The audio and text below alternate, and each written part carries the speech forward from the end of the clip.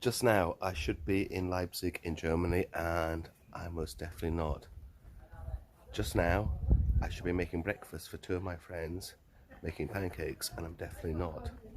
So I'm going to put a video together on how to make pancakes, how to make the pancakes I will be making for my good friends. From the tiny kitchen today, Scotch pancakes. Referred to in strange lands as drop scones, but these are literally just Scotch pancakes. Small, fluffy pancakes. Very easy to get wrong. Gonna do my best and hopefully give the foolproof recipe on how to make these.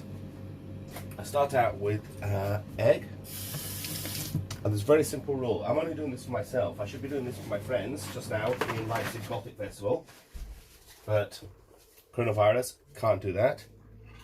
So I'm going to cook these just now as one of the two kinds of pancakes I'm going to cook over the next couple of days for them remotely. So it's a very, very simple recipe. For each egg, an egg will make enough pancakes for one person, or 2 eggs makes enough pancakes for one person if they're a hungry person. But for each egg, 2 large spoons of sugar.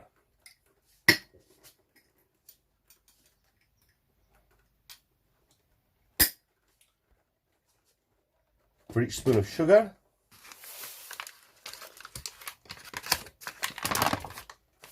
2 large spoonfuls of angel dust or self-raising flour. It seems to be almost impossible to get hands on just now.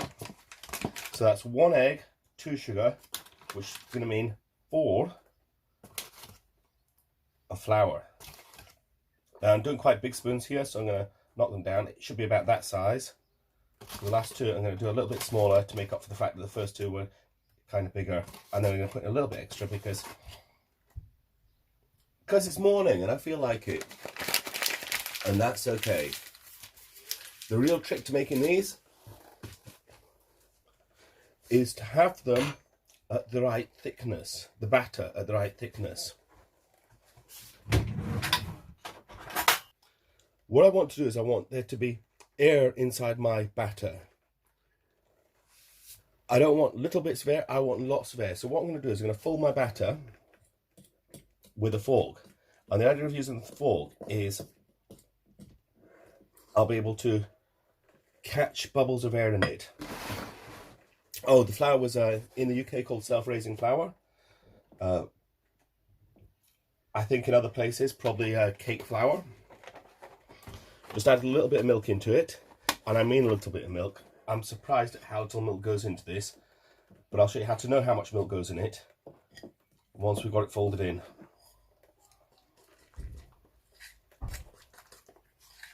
I remember showing this particular recipe to one of my Greek friends, and she was going, no, you should use a whisk. And it's like, no, you use a fork, because as I use a fork, I'm making a little air pocket inside it, and every time the fork goes around, I'm putting lots of bubbles in this batter.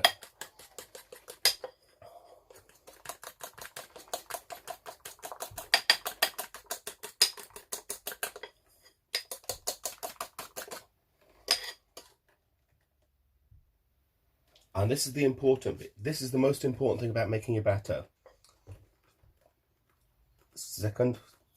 First. This is an important thing about making your batter. First rule, 1 egg, 2 sugar, 4 flour. Second rule is when you mix up your batter, make a trail and do a circle. And if the lines on the surface have disappeared by the time you've got back to the start of your circle, it's the right thickness. Now I'm very lucky it is the right thickness, but I am actually going to slake it down just a tiniest bit, because if you do it perfectly, you're not trying hard enough. I do want these to be perfect, but I'd rather they were realistically perfect rather than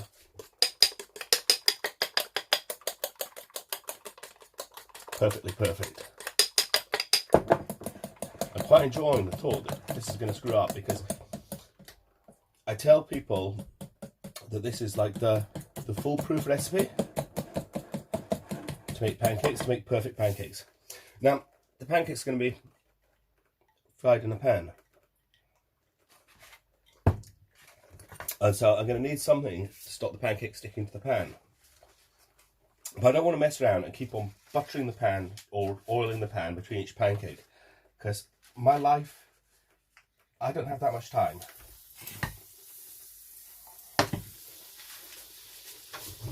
And this is definitely far too much butter. Another trick, making pancakes, it is far too much butter.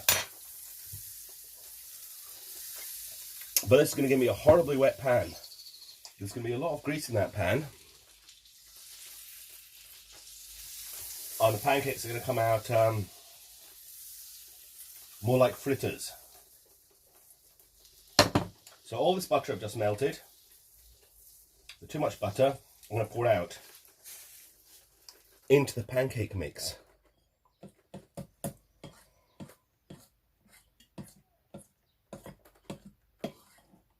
And what that means is each pancake itself is going to oil the pan, well, butter the pan.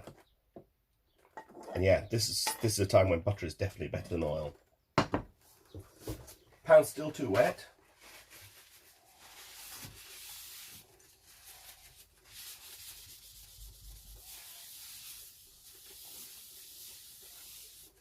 So my pan, and it's quite a hot pan, it's actually on my heater at the hottest.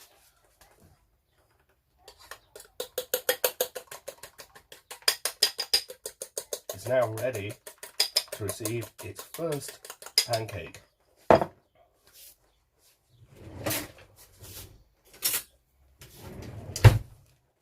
Pro tip, that's slightly too hot. Pro tip, once you've made the batter, pour it into a jug so you can just pour it in. Peak tip, I'm not a pro, so I'm going to try not to make any mess.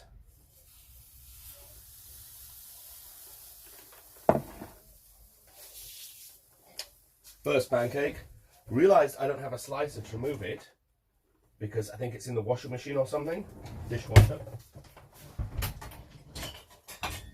Which, if you'll pardon me in the background, brilliant, it's in the dishwasher, but the dishwasher's been done. Right, you can see just now there's bubbles appearing on the surface. This one might be a little bit overdone because I wasn't paying attention as at the dishwasher, but when the bubbles start appearing, yep, I said it might be a little overdone. It is a little overdone. But when the bubbles appear on the surface, as soon as the bubbles appear, that's time to turn it over. And as I said, as soon as the bubbles appear. So this one's not quite perfect, but it's not bad. Before you make the pancakes, you've heated the pan up to very hot. When you're actually cooking the pancakes, and you're giving it a minute or so between, you're putting the heat down to about 2/3.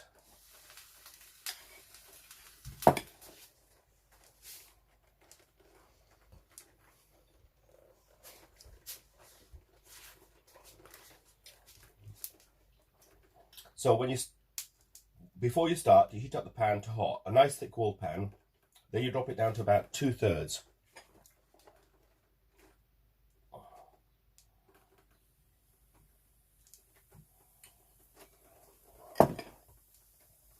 Now, I'm watching for the bubbles appearing. I literally don't want to do this too early, but then I don't want to do it too late.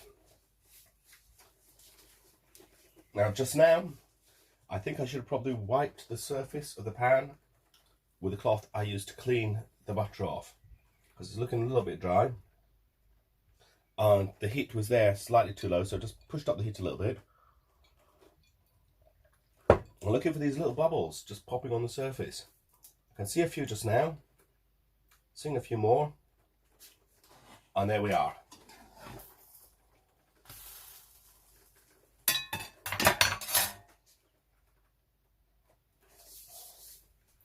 And on the second side, it's only going to take a few seconds.